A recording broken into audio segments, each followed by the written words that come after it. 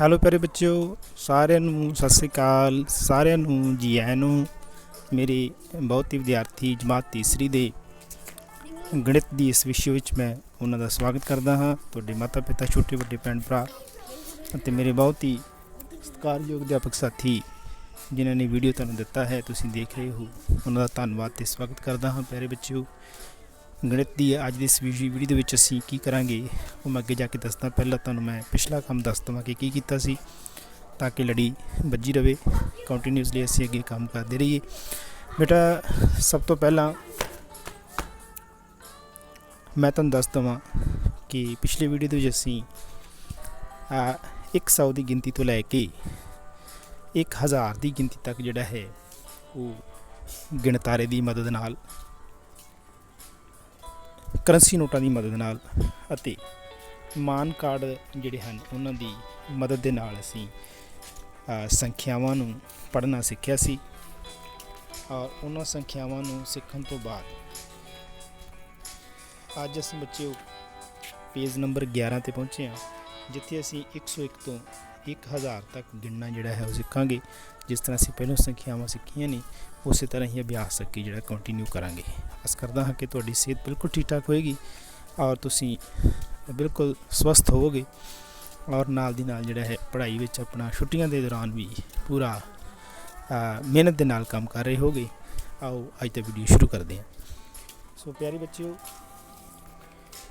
ਜਿਸ ਤਰ੍ਹਾਂ ਆਪਾਂ ਪਿੱਛੇ ਸਿੱਖਿਆ ਸੀ ਕਿ ਜਿਹੜੇ ਗਿਣਤਾਰੇ ਵਿੱਚ ਮੋਤੀ ਪਾਉਣੇ ਨੇ ਉਹਨਾਂ ਵਾਸਤੇ ਇਕਾਈ, ਦਹਾਈ ਅਤੇ ਸੈਂਕੜੇ ਅਤੇ 1000 ਫਿਰ 10000 ਤੱਕ ਦੀਆਂ ਸੰਖਿਆਵਾਂ ਅੱਗੇ ਤੁਰਦੀਆਂ ਨੇ।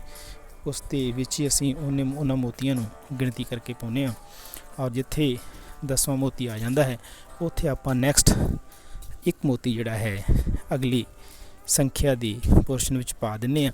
ਜਿਵੇਂ ਦਹਾਈ ਦੇ ਵਿੱਚ 10 ਮੋਤੀ ਹੋ ਗਏ ਤਾਂ ਅਸੀਂ ਦਹਾਈ ਦੇ ਸਿਲਾਈ ਵਿੱਚ 10 ਮੋਤੀ ਨਹੀਂ ਪਾਉਂਦੇ, ਅਸੀਂ ਕੀ ਕਰਦੇ ਹਾਂ, ਇੱਕ ਸੈਂਕੜੇ ਦਾ ਮੋਤੀ ਇਹ 10 ਦਹਾਈਆਂ ਦੇ ਬਦਲੇ ਪਾ ਦਿੰਦੇ ਹਾਂ, ਕਿਉਂਕਿ 10 ਦਹਾਈਆਂ ਦਾ ਮਤਲਬ ਇੱਕ ਸੈਂਕੜਾ ਹੀ ਹੁੰਦਾ ਹੈ। ਇਸ ਤਰ੍ਹਾਂ ਇਕਾਈਆਂ 10 ਹੋਣ ਤਾਂ 10 ਇਕਾਈਆਂ ਦਾ ਮਤਲਬ ਇੱਕ ਦਹਾਈ ਹੁੰਦਾ ਹੈ। ਅਸੀਂ ਦਹਾਈ ਵਾਲੀ ਸਿਲਾਈ ਵਿੱਚ ਇੱਕ ਮੋਤੀ ਪਾ ਦਿੰਦੇ ਹਾਂ।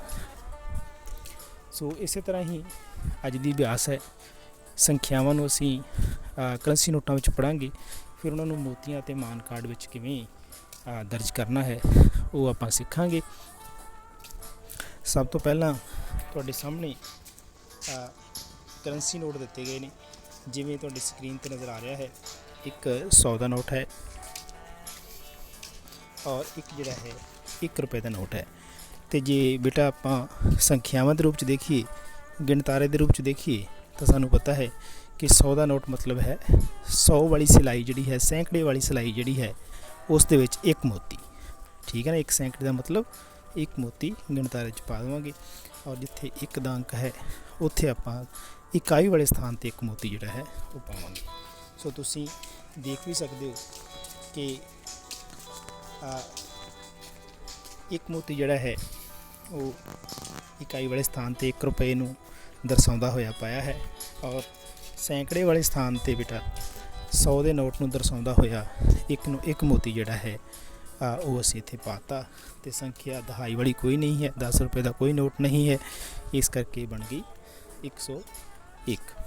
ਠੀਕ ਹੈ, ਕਿਉਂਕਿ ਤੁਹਾਨੂੰ ਪਤਾ ਹੈ ਕਿ ਜਦੋਂ ਆਪਾਂ ਲਿਖਾਂਗੇ ਇਹਨੂੰ ਤਾਂ ਸੈਂਕੜਾ 1 ਹੈ, ਦਹਾਈ ਕੋਈ ਨਹੀਂ ਹੈ, ਔਰ ਇਕਾਈ ਦੇ ਅੰਕ ਕਿਹੜੇ ਨੇ, 1 ਨੇ, ਮਤਲਬ 1 ਰੁਪਇਆ ਹੈ, ਤਾਂ 101 ਦੀ ਸੰਖਿਆ ਬਣ ਜਾਏਗੀ। ਇਸੇ ਤਰ੍ਹਾਂ ਹੀ ਜਦੋਂ ਬੇਟਾ ਅਸੀਂ ਇਹਨੂੰ ਅਸੀਂ ਮਾਨ ਕਾਰਡ 'ਤੇ ਦਰਸਾਵਾਂਗੇ ਤਾਂ ਮਾਨ ਕਾਰਡ 'ਤੇ ਤੁਸੀਂ ਦੇਖ ਸਕਦੇ ਹੋ ਕਿ 100 ਦੇ ਵਿੱਚ ਅਸੀਂ ਇੱਕ ਮਾਨ ਕਾਰਡ 100 ਦਾ ਲਿਆ, ਮਤਲਬ 100 ਵਾਲਾ ਮਾਨ ਕਾਰਡ ਲਿਆ, ਉਹਦੇ ਵਿੱਚ ਅਸੀਂ ਇੱਕ ਜਿਹੜਾ ਹੈ ਉਸ ਨੂੰ ਐਡ ਕਰਤਾ ਔਰ ਬਣ ਗਿਆ 101। ਔਰ ਜਦੋਂ ਅਸੀਂ ਇਸ ਨੂੰ ਲਿਖਿਆ ਬੇਟਾ, ਉਦੋਂ ਅਸੀਂ ਲਿਖਣ ਲੱਗਿਆਂ ਕੀ ਕੀਤਾ, ਜਿਸ ਤਰ੍ਹਾਂ ਮੈਂ ਤੁਹਾਨੂੰ ਪਿੱਛੇ ਦੱਸ ਹੀ ਆਇਆ ਕਿ ਸੈਂਕੜੇ ਵਾਲੇ ਸਥਾਨ 'ਤੇ 1 ਆ ਗਿਆ, ਦਹਾਈ ਕੋਈ ਨਹੀਂ ਹੈ 0 ਆ ਗਿਆ, ਇਕਾਈ 1 ਹੈ ਤਾਂ 1 ਆ ਗਿਆ। ਸੋ ਇਸ ਤਰ੍ਹਾਂ ਇਹ ਆਪਾਂ ਸਵਾਲ ਹੱਲ ਕਰਦੇ ਜਾਣਾ ਹੈ। ਇਸੇ ਤਰ੍ਹਾਂ ਹੀ ਹੁਣ ਦੇਖੋ ਤੁਹਾਡੇ ਸਾਹਮਣੇ ਇਹ ਕਰੰਸੀ ਨੋਟ ਨੇ, ਇਹਨਾਂ ਨੂੰ ਆਪਾਂ ਗਿਣੀਏ। ਪਹਿਲਾਂ ਸਾਨੂੰ ਪਤਾ ਲੱਗ ਗਿਆ ਕਿ 100 ਹੈ, ਮਤਲਬ 100 ਦਾ ਨੋਟ ਹੈ ਤਾਂ 100 ਵਾਲੇ ਸਥਾਨ 'ਤੇ ਇੱਕ ਮੋਤੀ ਪਏਗਾ। ਹੁਣ ਜਿਹੜੇ ਇਕਾਈ ਦੇ ਅੰਕ ਨੇ ਉਹ ਆਪਾਂ 1 ਰੁਪਏ ਨੂੰ ਮੰਨਦੇ ਹਾਂ, ਹੁੰਦੇ 1 ਰੁਪਏ ਦੇ ਨੇ। ਕਿੰਨੇ ਨੇ? 1 ਹੈ, 2 3 4 5 6 7 8 ਤੇ 9। ਇਹਦਾ ਮਤਲਬ ਇਕਾਈ ਸਥਾਨ ਤੇ 9 ਪਏਗਾ। ਔਰ ਤੁਸੀਂ ਦੇਖ ਵੀ ਸਕਦੇ ਹੋ ਇਕਾਈ ਸਥਾਨ ਤੇ ਜਿਹੜਾ ਹੈ ਉਹ 9 ਮੋਤੀ ਨੇ, ਔਰ ਸੈਂਕੜੇ ਵਾਲੇ ਸਥਾਨ ਤੇ ਜਿਹੜਾ ਹੈ 1 ਮੋਤੀ ਹੈ। ਔਰ ਸੰਖਿਆ ਜਿਹੜੀ ਹੈ ਉਹ ਕਿੰਨੀ ਬਣ ਗਈ? 109। ਇਹ ਕਿਵੇਂ ਬਣ ਗਈ ਆਪਾਂ ਲਾਸਟ ਤੇ ਵੀ ਵੇਖੀ, ਤੁਹਾਨੂੰ ਦਿਖਾਈ ਦੇਵੇਗੀ। ਔਰ ਮਾਨ ਕਾਰਡ ਤੇ ਆਪਾਂ ਇੱਕ ਮਾਨ ਕਾਰਡ 100 ਵਾਲਾ ਲਵਾਂਗੇ ਔਰ ਉਹਦੇ ਵਿੱਚ 9 ਵਾਲਾ ਮਾਨ ਕਾਰਡ ਜੋੜ ਦੇਵਾਂਗੇ ਤਾਂ ਸਾਡੇ ਕੋਲ 109 ਸੰਖਿਆ ਪ੍ਰਾਪਤ ਹੋ ਜਾਏਗੀ। ਔਰ ਜਦੋਂ ਆਪਾਂ ਇਸ ਨੂੰ ਸ਼ਬਦਾਂ 'ਚ ਲਿਖਾਂਗੇ ਤਾਂ 109 ਲਿਖਾਂਗੇ ਔਰ ਅੰਕਾਂ ਵਿੱਚ ਸਾਡਾ ਜਿਹੜਾ ਹੈ ਉੱਪਰ ਲਿਖਿਆ ਆ ਗਿਆ ਇਕਾਈ ਸਥਾਨ ਤੇ 9, ਦਹਾਈ ਸਥਾਨ ਤੇ 0 ਅਤੇ ਸੈਂਕੜੇ ਸਥਾਨ ਤੇ 1 ਆ ਗਿਆ। ਠੀਕ ਹੈ ਬੇਟਾ, ਇਸ ਤਰ੍ਹਾਂ ਹੀ ਹੁਣ ਤੁਹਾਨੂੰ ਸਮਝ ਲੱਗ ਗਈ ਹੈ, ਕਿਉਂਕਿ ਸਾਰੇ ਸਵਾਲ ਕਰਨ ਦੀ ਲੋੜ ਨਹੀਂ। ਬਸ ਹੁਣ ਤੁਸੀਂ ਕਰੰਸੀ ਨੋਟਾਂ ਨੂੰ ਦੇਖੀ ਜਾਣਾ ਹੈ। ਜਿਵੇਂ ਹੁਣ 100 ਹੈ ਤਾਂ 1 ਮੋਤੀ ਪੈ ਗਿਆ ਇਸ ਦਾ। ਇਸ ਤਰ੍ਹਾਂ ਹੀ ਹੁਣ ਦਹਾਈਆਂ 2 ਨੇ। ਠੀਕ ਹੈ, ਯਾਨੀ ਕਿ 20 ਦਾ ਨੋਟ ਹੈ ਤਾਂ 2 ਦਹਾਈਆਂ। ਸੌਰੀ 10 ਹੈ, 1 ਨੋਟ ਹੈ 10 ਰੁਪਏ ਦਾ, ਸੌਰੀ, ਔਰ 10 ਰੁਪਏ ਦਾ 1 ਨੋਟ ਹੈ ਤਾਂ 1 ਮੋਤੀ ਜਿਹੜਾ ਹੈ ਉਹ ਆਪਾਂ ਇੱਥੇ ਪਾਤਾ। ਸੰਖਿਆ ਬਣ ਗਈ 120। ਠੀਕ ਹੈ, ਕਿਉਂਕਿ ਇਕਾਈ ਸਥਾਨ ਤੇ ਕੋਈ ਨਹੀਂ ਹੈ, ਇਕਾਈ ਦਾ 1 ਰੁਪਇਆ ਕੋਈ ਨਹੀਂ ਹੈ ਤਾਂ 120 ਸੰਖਿਆ ਬਣ ਗਈ। ਇਸ ਨੂੰ ਮਾਨ ਕਾਰਡ ਤੇ ਦਿਖਾਇਆ ਤਾਂ ਆਪਾਂ ਸੌਰੀ 110 ਸੰਖਿਆ ਬਣ ਗਈ। ਸੌਰੀ ਮੈਂ ਬਾਰ ਗਲਤ ਬੋਲ ਰਿਹਾ, ਸੌਰੀ ਫॉर दैट। 100 ਰੁਪਏ ਦਾ ਮਾਨ ਕਾਰਡ ਆਪਾਂ ਲਵਾਂਗੇ, 10 ਰੁਪਏ ਦਾ ਇੱਕ ਮਾਨ ਕਾਰਡ ਜੋੜ ਦੇਵਾਂਗੇ ਤਾਂ 110 ਬਣ ਜਾਣਗੇ। ਔਰ ਇਸੇ ਤਰ੍ਹਾਂ ਹੀ ਬੱਚਿਓ ਜਦੋਂ ਆਪਾਂ ਲਿਖਾਂਗੇ ਸ਼ਬਦਾਂ ਵਿੱਚ ਤਾਂ ਉਹ ਤੁਹਾਡੇ ਸਾਹਮਣੇ ਹੈ। ਆਪਾਂ ਇਸ ਤਰ੍ਹਾਂ ਲਿਖਾਂਗੇ ਤੇ ਇਸ ਤਰ੍ਹਾਂ ਸ਼ਬਦਾਂ ਵਿੱਚ ਅੱਗੇ ਲਿਖ ਦੇਵਾਂਗੇ। ਇਸ ਤਰ੍ਹਾਂ ਹੀ ਬੱਚਿਓ ਅਗਲੀ ਸੰਖਿਆ ਹੈ ਸਾਡੇ ਕੋਲ, ਇਸ ਨੂੰ ਪੜ੍ਹਦੇ ਹਾਂ। ਸਾਡੇ ਕੋਲ ਜਿਹੜੇ ਕਰੰਸੀ ਨੋਟ ਨੇ 2 100 ਰੁਪਏ ਦੇ ਨੋਟ ਨੇ। ਠੀਕ ਹੈ, ਇਸ ਤੋਂ ਅੱਗੇ ਜਿਹੜਾ ਹੈ ਸਾਡੇ ਕੋਲ 10 ਰੁਪਏ ਦੇ 4 ਨੋਟ ਨੇ।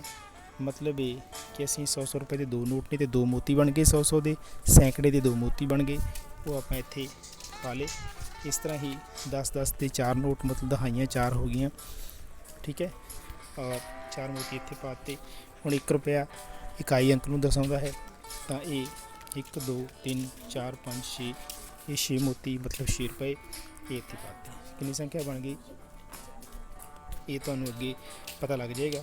ਲਿਖਣੀ ਹੋਵੇ ਤਾਂ ਤੁਸੀਂ ਖੁਦ ਲਿਖ ਕੇ ਇਸ ਦਾ ਜਿਹੜਾ ਹੈ ਅੰਦਾਜ਼ਾ ਲਗਾ ਸਕਦੇ ਹੋ। ਜਿਵੇਂ ਸੈਂਕੜੇ 2 ਨੇ, 4 ਦਹਾਈਆਂ ਨੇ ਤੇ 6 246 ਜਿਹੜਾ ਹੈ ਇਹ ਸੰਖਿਆ ਬਣ ਜਾਏਗੀ।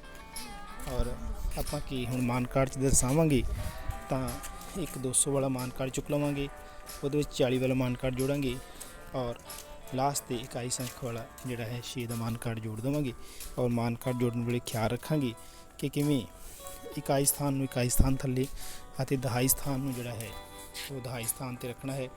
ਇਹ ਦੇਖੋ, ਇਹ ਇਕਾਈ ਸਥਾਨ ਹੈ, ਇਕਾਈ ਸਥਾਨ ਨੂੰ ਇਕਾਈ ਵਾਲੇ ਸਥਾਨ 'ਤੇ, ਦਹਾਈ ਵਾਲੇ ਨੂੰ ਦਹਾਈ ਵਾਲੇ ਸਥਾਨ 'ਤੇ, ਸੈਂਕੜੇ ਵਾਲੇ ਨੂੰ ਸੈਂਕੜੇ ਵਾਲੇ ਸਥਾਨ 'ਤੇ ਰੱਖਣਾ ਹੈ।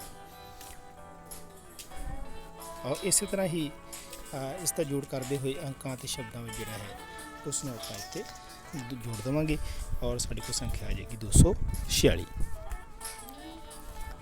ਇਸ ਤੋਂ ਅੱਗੇ ਹੈ ਬੇਟਾ ਸਾਡੇ ਕੋਲ ਸੰਖਿਆ ਜਿਹਦੇ ਵਿੱਚ ਅਸੀਂ ਦੇਖਾਂਗੇ ਕਿ ਸਾਡੇ ਕੋਲ 100 ਰੁਪਏ ਦੇ 3 ਨੋਟ ਨੇ, ਮਤਲਬ 3 ਮੋਤੀ। 10 ਰੁਪਏ ਦੇ 6 ਨੋਟ ਨੇ, 6 ਮੋਤੀ। ਦਹਾਈ ਵਾਲੇ ਸਥਾਨ 'ਤੇ ਇਕਾਈ ਵਾਲੇ ਸਥਾਨ 'ਤੇ ਸਾਡੇ ਕੋਲ 5 ਮੋਤੀ ਨੇ, 5 ਰੁਪਏ ਨੇ। ਆਪਾਂ 5 ਮੋਤੀ ਪਾਤੇ, ਸਾਡੇ ਕੋਲ ਸੰਖਿਆ ਬਣ ਗਈ 365। ਔਰ ਮਾਨ ਕਾਰਡ ਦੇ ਵਿੱਚ ਅਸੀਂ 300 ਵਾਲਾ ਮਾਨ ਕਾਰਡ ਇੱਕ ਲਿਆ, ਉਸ ਤੋਂ ਬਾਅਦ ਇੱਕ 60 ਵਾਲਾ ਦਹਾਈ ਵਾਲਾ ਮਾਨ ਕਾਰਡ ਲਿਆ, ਫਿਰ ਅਸੀਂ ਇਕਾਈ ਵਾਲਾ ਮਾਨ ਕਾਰਡ 5 ਲਿਆ ਔਰ 365 ਸੰਖਿਆ ਬਣ ਗਈ ਅਤੇ ਸ਼ਬਦਾਂ ਅਤੇ ਅੰਕਾਂ ਵਿੱਚ ਉਸ ਨੂੰ ਇੱਥੇ ਆਪਾਂ ਲਿਖਤਾ। ਇਸ ਤੋਂ ਅਗਲਾ ਸਵਾਲ ਦੇਖਦੇ ਹਾਂ ਬੇਟਾ। ਇਹਦੇ ਵਿੱਚ ਸਾਡੇ ਕੋਲ 5 ਨੋਟ ਨੇ 100 ਰੁਪਏ ਦੇ, ਮਤਲਬ 5 ਅਸੀਂ ਮੋਤੀ ਪਾਵਾਂਗੇ ਸੈਂਕੜੇ ਵਾਲੇ ਸਥਾਨ 'ਤੇ ਔਰ ਇੱਕ ਹੀ ਸਾਡੇ ਕੋਲ ਇਕਾਈ ਵਾਲਾ ਜਿਹੜਾ ਹੈ ਉਹ ਅੰਕ ਹੈ 5 ਸਾਡੇ ਕੋਲ ਸੈਂਕੜੇ ਵਾਲੇ ਨੇ, ਆਪਾਂ 5 ਮੋਤੀ ਪਾਤੇ ਨੇ ਔਰ ਇਕਾਈ ਵਾਲਾ ਇੱਕ ਹੀ ਹੈ ਤਾਂ ਆਪਾਂ ਇਕਾਈ ਵਾਲੇ ਸਥਾਨ 'ਤੇ ਪਾਵਾਂਗੇ। ਸੰਖਿਆ ਬਣ ਜਾਏਗੀ 501। ਇੱਕ ਕਾਰਡ ਅਸੀਂ ਸੈਂਕੜੇ ਵਾਲਾ ਚੁੱਕਾਂਗੇ 500 ਵਾਲਾ ਔਰ ਦਹਾਈ ਵਾਲਾ ਇੱਕ ਕਾਰਡ ਜਿਹੜਾ ਹੈ ਉਹ ਆਪਾਂ ਨਹੀਂ ਚੁੱਕਾਂਗੇ ਕਿਉਂਕਿ ਦਹਾਈ ਦਾ ਕੋਈ ਵੀ ਸਾਡੇ ਕੋਲ ਅੰਕ ਜਾਂ ਨੋਟ ਨਹੀਂ ਹੈ। ਇਸ ਤਰ੍ਹਾਂ ਇਕਾਈ ਵਾਲਾ 1 ਦਾ ਮਾਨ ਕਾਰਡ ਅਸੀਂ ਚੁੱਕ ਕੇ ਥੱਲੇ ਜੋੜ ਕਰ ਦੇਵਾਂਗੇ, ਸਾਡੇ ਕੋਲ ਸੰਖਿਆ ਬਣ ਜਾਏਗੀ 501। ਔਰ ਇਸ ਨੂੰ ਅੰਕਾਂ ਅਤੇ ਸ਼ਬਦਾਂ ਵਿੱਚ ਜਿਹੜਾ ਹੈ ਆਪਾਂ ਇੱਥੇ ਲਿਖ ਦੇਵਾਂਗੇ। ਇਸ ਤੋਂ ਅਗਲਾ ਸਵਾਲ ਹੈ ਬੱਚੇ, ਸਾਡੇ ਕੋਲ ਕਾਫੀ ਨੋਟ ਨੇ। ਜਦੋਂ ਅਸੀਂ ਇਹਨਾਂ ਦੀ ਗਿਣਤੀ ਕਰਾਂਗੇ ਤਾਂ ਕਾਫੀ ਲੰਬੀ ਚੌੜੀ ਗਿਣਤੀ ਹੈ, ਤੁਸੀਂ ਹੌਲੀ ਹੌਲੀ ਕਰ ਸਕਦੇ ਹੋ। ਚਲੋ ਕਰਦੇ ਹਾਂ। 100 ਦੇ ਬੇਟਾ ਦੇਖੋ ਕਿੰਨੇ ਨੋਟ ਨੇ, 1 2 3 4 5 6 7 8 ਅਤੇ 9।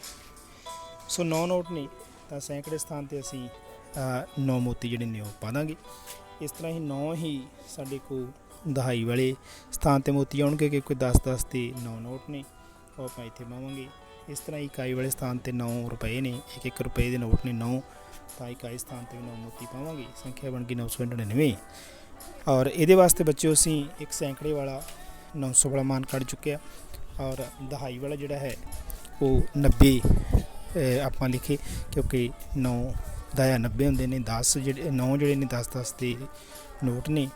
ਮੋਤੀ ਵੀ ਅਸੀਂ 9 ਪਾਏ, ਤਾਂ ਮਾਨ ਕਾਰਡ ਦੇ ਵਿੱਚ ਵੀ ਅਸੀਂ ਦਹਾਈ ਵਾਲਾ ਸਥਾਨ 90 ਚੁੱਕ ਕੇ ਪਾਵਾਂਗੇ, ਔਰ ਲਾਸਟ 'ਤੇ ਅਸੀਂ ਇਕਾਈ ਵਾਲੇ ਸਥਾਨ 'ਤੇ 9 ਪਾ ਕੇ ਸੰਖਿਆ 999 ਬਣਾਵਾਂਗੇ। ਔਰ ਇਸ ਨੂੰ ਅੰਕਾਂ ਅਤੇ ਸ਼ਬਦਾਂ ਦੇ ਵਿੱਚ ਅਸੀਂ ਅੱਗੇ ਜਿਹੜਾ ਹੈ ਇੱਥੇ ਅਸੀਂ ਲਿਖ ਦਾਂਗੇ। ਸੋ ਹੁਣ ਬੇਟਾ ਇੱਥੋਂ ਤੱਕ ਸਾਨੂੰ ਸਮਝ ਆ ਗਈ, ਅਸੀਂ ਅਭਿਆਸ ਕਰ ਲਈ। ਅਭਿਆਸ ਕਰਨ ਤੋਂ ਬਾਅਦ ਹੁਣ ਅਸੀਂ ਬੇਟਾ ਜਦੋਂ ਨੈਕਸਟ ਵੀਡੀਓ ਕਰਾਂਗੇ ਤਾਂ ਉਹਦੇ ਵਿੱਚ ਅਸੀਂ ਹੁਣ ਆਓ ਕਰੀਏ, ਮਤਲਬ ਸਵਾਲ ਜਿਹੜੇ ਸ਼ੁਰੂ ਹੋ ਗਏ ਨੇ ਉਹਦੇ ਵਿੱਚ ਅਸੀਂ ਸੰਖਿਆਵਾਂ ਨੂੰ ਅੰਕਾਂ ਅਤੇ ਸ਼ਬਦਾਂ ਵਿੱਚ ਲਿਖਣਾ ਸਿੱਖਾਂਗੇ। ਘਰ ਤੁਸੀਂ ਅਭਿਆਸ ਕਰ ਸਕਦੇ ਹੋ। ਸਾਰੇ ਬੱਚਿਆਂ ਨੇ ਇਹ ਸੰਖਿਆਵਾਂ ਅਭਿਆਸ ਕਰਕੇ ਲਿਖਣੀਆਂ ਨੇ ਕੱਚੀ ਕਾਪੀ 'ਤੇ। ਨੈਕਸਟ ਵੀਡੀਓ ਤੁਸੀਂ ਮਿਲਾ ਸਕਦੇ ਹੋ ਕਿ ਤੁਹਾਡੇ ਉੱਤਰ ਸਹੀ ਨੇ ਕਿ ਗਲਤ ਨੇ। ਆਪਣਾ ਧਿਆਨ ਰੱਖਿਓ, ਆਪਣੇ ਤੋਂ ਜ਼ਿਆਦਾ ਆਪਣੇ ਮਾਤਾ ਪਿਤਾ ਦਾ ਧਿਆਨ ਰੱਖੋ। ਬਾਹਰ ਨਾ ਨਿਕਲੋ, ਮਾਸਕ ਦੀ ਵਰਤੋਂ ਕਰੋ, ਹੱਥਾਂ ਨੂੰ ਬਾਰ-ਬਾਰ ਧੋਂਦੇ ਰਹੋ। ਇਸ ਆਸ ਦੇ ਨਾਲ ਕਿ ਤੁਸੀਂ ਪੜ੍ਹਦੇ ਰਹੋਗੇ, ਛੁੱਟੀਆਂ ਦਾ ਆਨੰਦ ਜਿੱਥੇ ਮਾਣਦੇ ਹੋ ਉੱਥੇ ਪੜ੍ਹਾਈ ਲਗਾਤਾਰ ਜਾਰੀ ਰੱਖੋਗੇ। ਇਸ ਆਸ ਦੇ ਨਾਲ ਹੀ ਗੋਡ ਬਲੈਸ ਯੂ। ਸਾਰਿਆਂ ਨੂੰ ਸਤਿ ਸ਼੍ਰੀ ਅਕਾਲ।